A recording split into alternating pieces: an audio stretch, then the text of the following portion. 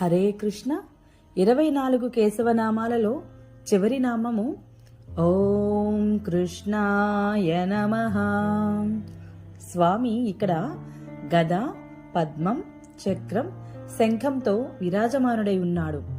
సృష్టి, స్థితి, సంహార నియమనాదుల వల్ల సకల జగత్తును తనలోనికి లాగుకొనువాడు, పూర్ణానంద స్వరూపుడు, నీలవర్ణ దేహకాంతి కలవాడు అయినందువల్ల శ్రీహరి కృష్ణుడు అనబడుతున్నాడు.